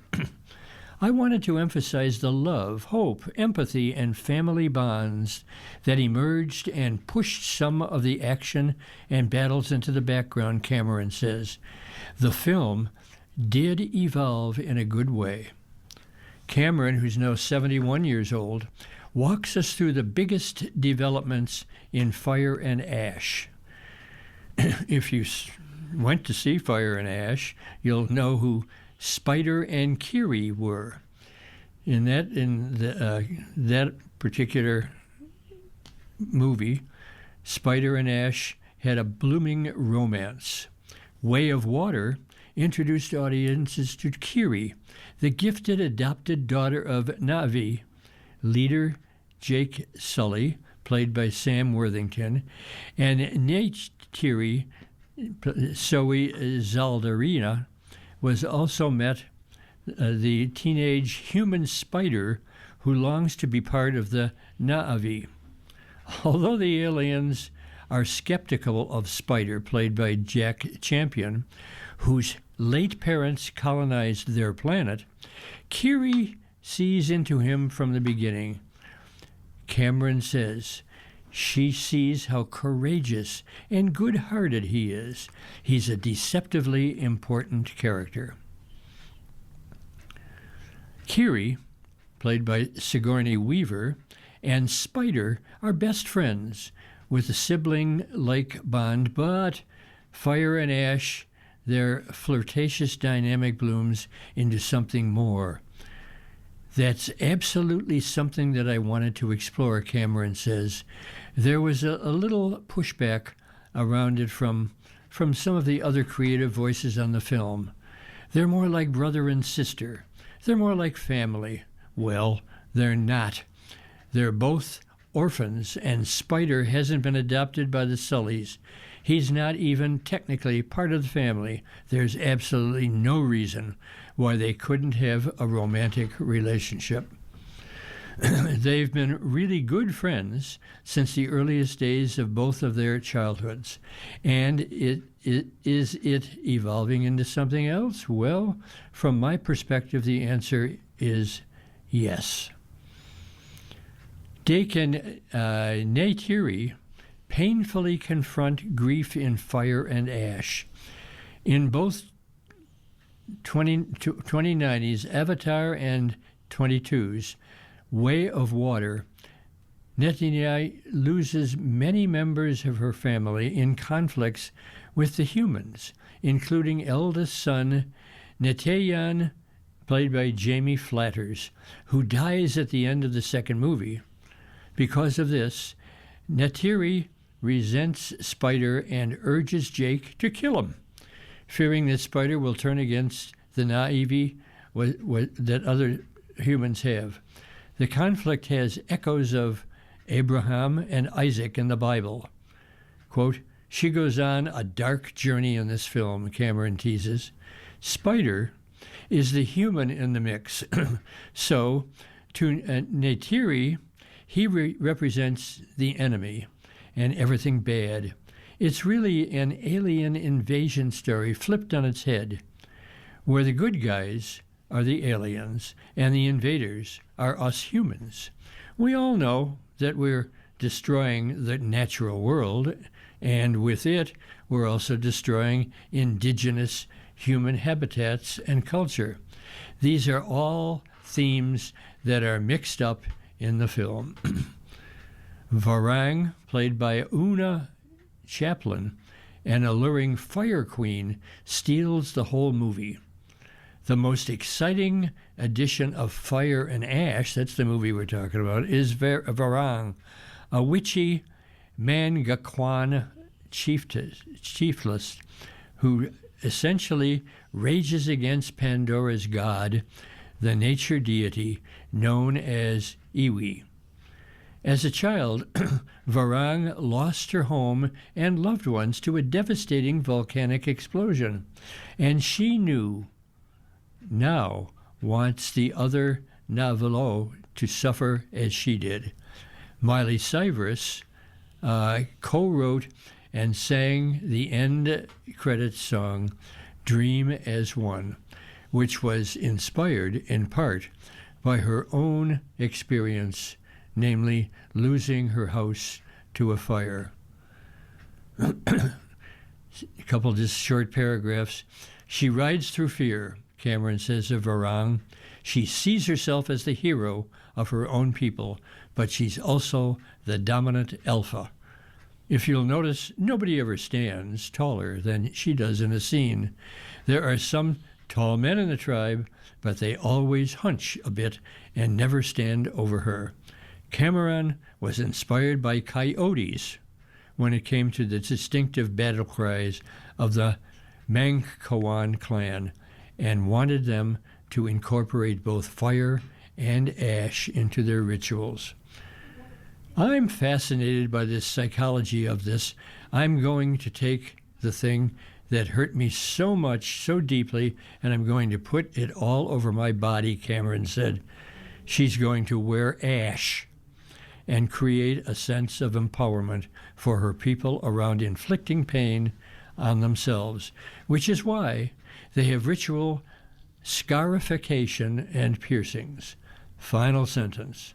They seem to want to outdo each other in how much pain they can stand. It's that idea of you take the hurt and it makes you powerful. Well, there's a slogan. Here's another movie article. Winslet makes debut behind the camera for Goodbye. Dateline, New York. Before Goodbye June, Kate Winslet had no grand ambitions to direct a movie. I don't know if they even could have done it before this time in my life, the Oscar-winning actress says over tea on a recent afternoon. Alongside being a mom, I've always had this acting career to juggle as well. The sheer time commitment for a director is just so much more. That all changed when Winslet's 21-year-old son, actor Joe Anders, brought her a script for Goodbye June, which is playing in theaters now and streaming on Netflix on Christmas Eve, which he started writing as a college class assignment. The Christmas family drama follows a cancer-stricken matriarch, June, played by Helen Mirren, as she spends her final weeks in the hospital surrounded by her husband, Bernie, played by Timothy Spall, and their 4 grown children, all of whom have unresolved issues among them. Toni Collette, Andrea Riseborough, and Johnny Flynn co-star with Winslet in the film, which is partly inspired by the death of her mother, Sally Bridges Winslet, age 71, from ovarian cancer in 2017. It's impossible to completely separate myself from my own situation, having gone through that, Winslet said. The low-budget movie was filmed on a tight 35-day schedule. I definitely found myself in moments where I'd be like, "Come on, Mom, come on. Tell me it's good. Tell me I'm doing okay." It's especially moved watching scenes between June and Bernie, who struggled to convey how much he'll miss her. I feel like I was reliving something I never actually witnessed, Winslet recalled. I was never in the room when my parents were having those conversations, so I felt I was living through that in a weird way. The cast and crew all brought their own separate experiences with loss, so the days were really challenging for everybody, which is why we had to laugh a lot. You have to be able to get it out, just dust yourself off and move on. Winslet, age 50, is one of a slew of actresses to make their film directorial debut this year, alongside Scarlett Johansson in Eleanor and the Great, and Kristen Stewart in The Chronology of Water. Over more than 30 years in Hollywood, she's noticed the unconscious biases that exist on how people discuss men and women as directors. If you use the word ambitious and you're describing an actor who's turned to directing, it's positive, Winslow notes. But with a woman, it's immediately negative. Just the way the word alone is used and applied to women doesn't sound very nice, because somehow we're not allowed to have dreams. We're not allowed to reinvent ourselves and grow and change and aspire for something more, or be capable of occupying that role that has historically been dominated by men. This is not something I thought, "Oh, I could try my hand at that," she said. "I'm not the kind of person who does something by half. I would never even consider it if I didn't feel ready." I'm not talking about just taking a deep breath and going, "Yes, I'm ready." I mean, actually, expletive, ready. I know the technical stuff, know how to construct a scene visually, and really give another expletive about telling the story. She's heavily inspired by filmmakers she's worked with: Stephen Daldry from The Reader, Todd Field from Little Children, for the collaborative environments they created, as well as Jocelyn Moorhouse from The Dressmaker and Jessa Hobbs from HBO's The Regime, for their preparedness before cameras rolled. Goodbye June marks Winslet's third project with Riseborough and the actress lived across the street from the hospital where the movie was filmed. Riseborough remembers rehearsing a particularly emotional scene 2 months ahead of time on location, so Winslet could get a sense of the space and start planning camera setups. She's so confident in ways that are unbelievable. As a multitasker, as a leader, Riseborough says. And her first film seems quite ridiculous, but I hope it's the first of many, many more to come. Winslet's eager to direct yet another movie, although hopefully with a little bit more time in the schedule. She prides herself on being quite good under pressure. When the chips are down and suddenly it's raining outside and you're going to shoot a 6-page scene in the park, I'm the one going, everybody calm down, we're going to sit down, have a nice cup of tea and make a plan. Winslet said, that's something I've learned to do across many decades, and that bled into how I wanted to be as a director. You don't want people to feel anxious or stressed. Compassion and softness matter enormously. She feels grounded and unbelievably grateful for the career she's had, and she just reached her milestone birthday in October, but doesn't pay too much mind to such markers in the sand. I just dance to the beat of my own drum, Winslet said. I do remember this completely insane thing. In England, when you turn 50, you get a whole bunch of mail about pension policies. I was like, I think we'll just burn those right now. Said to my husband, Edward Abel Smith, if any more of these come, I'll just don't want to see them. Not because I feel afraid of them, but I just think, God, that's so stupid. Why do we impose these strange reminder structures on people about how old they are? She points to her dad, Roger Winslet, age 86, one of her great inspirations.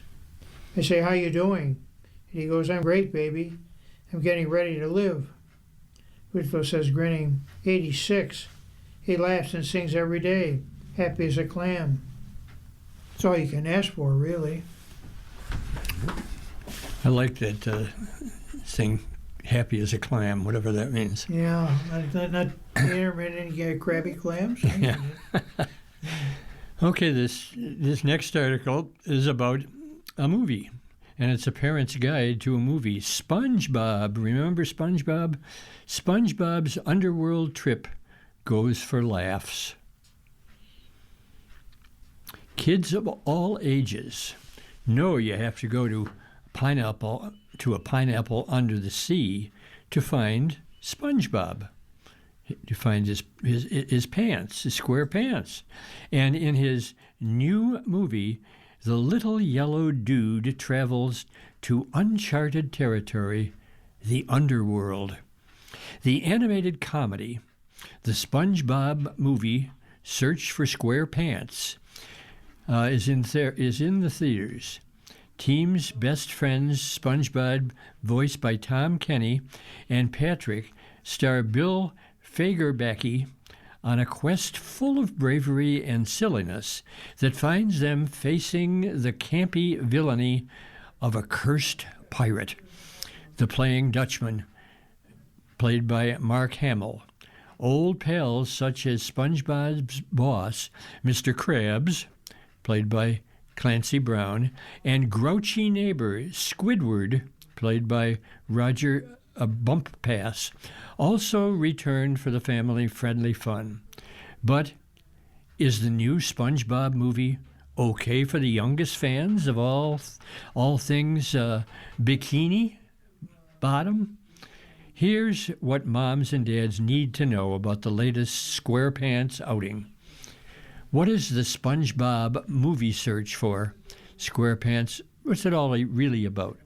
SpongeBob wakes up one morning and is excited to find out he's finally 36 clams tall, which means he's finally a big guy, and he can ride the roller coaster at Captain Booty's Beard Fun Park. However, Mr. Krabs reminds SpongeBob that height alone does not make one a big guy. SpongeBob decides that he wants to earn a swashbuckler certificate like his boss, and our hero winds up conjuring a ghostly ship of the Flying Dutchman. The malevolent buccaneer has been in search of a pure, innocent soul to break his curse, and he takes Sponge, Bob, and Patrick on board for a trip to the underworld and a series of adventurous trials facing monsters and other obstacles. Meanwhile, Mr. Krabs, Squidward, and Gary the Snail hop in a car and go on a rescue mission to save SpongeBob from a watery fate. What is the age rating of the latest SpongeBob movie? Well, Search for SquarePants is rated parent PG by the Motion Picture Association for rude humor, action, and some scary images. Quote, there are some poop and pee jokes, plus a running gag involving bricks falling out of characters' behinds, and also a couple of playful euphemisms. We're in deep shrimp, son of a perch. The roller coaster takes SpongeBob and Patrick on quite a harrowing ride, and a bunch of freaky monsters with big eyes and sharp teeth populate the underworld. How long is the new SpongeBob movie? The film runs a tight 88 minutes, which is good news for parents as well as youngsters who can't sit still for long periods of time.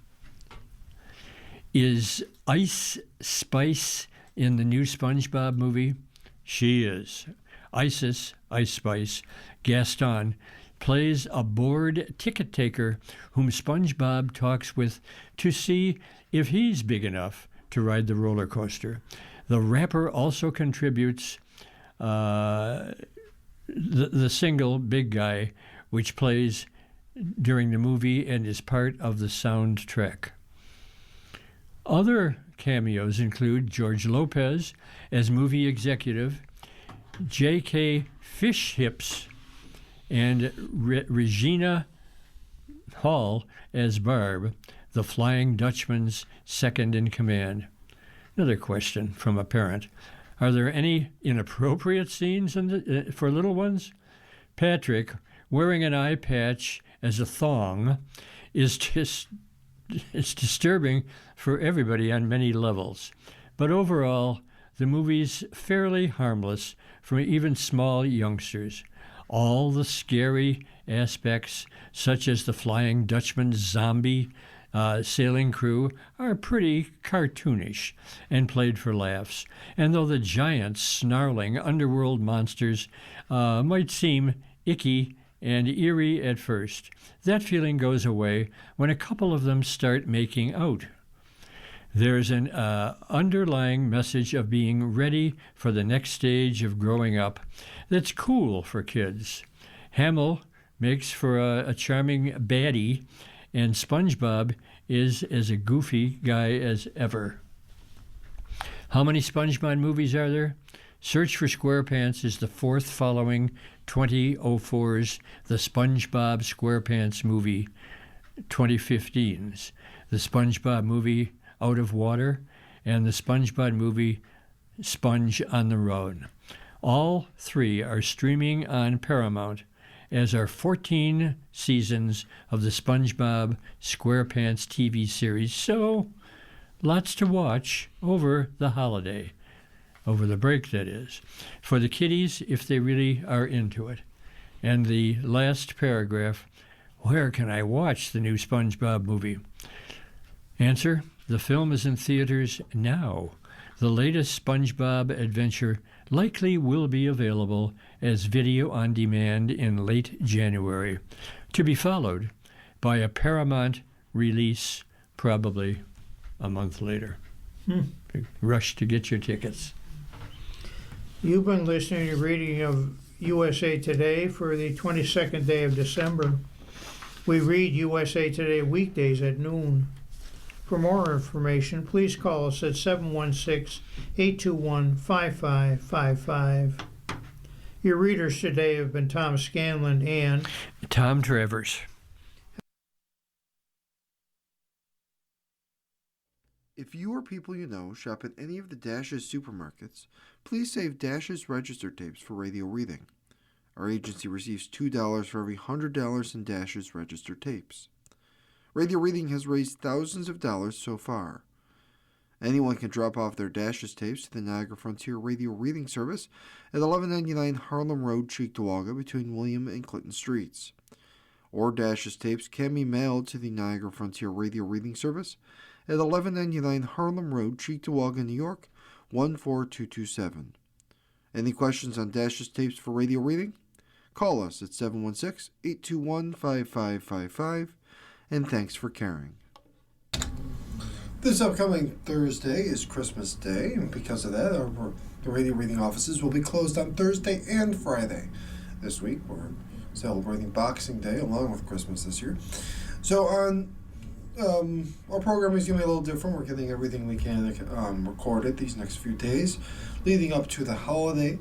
But most of our stuff is like the Buffalo News.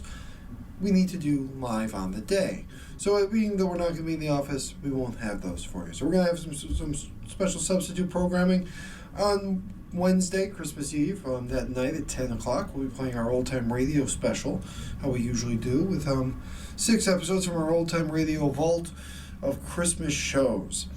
At 9 o'clock on Christmas morning, you might be at home opening presents with family, or you might but tune into us, listen to a rebroadcast of Wednesday's Buffalo News.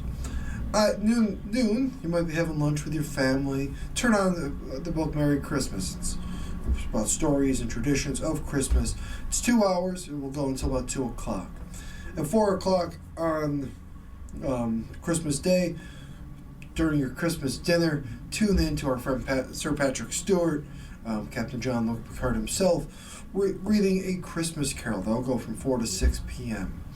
Then at 10 o'clock, just as you're lulling yourself into bed after having all those cookies, your ham, whatever else you may have had, we'll have another old-time radio special. Go to bed laughing with some Christmas shows from our old-time radio vault.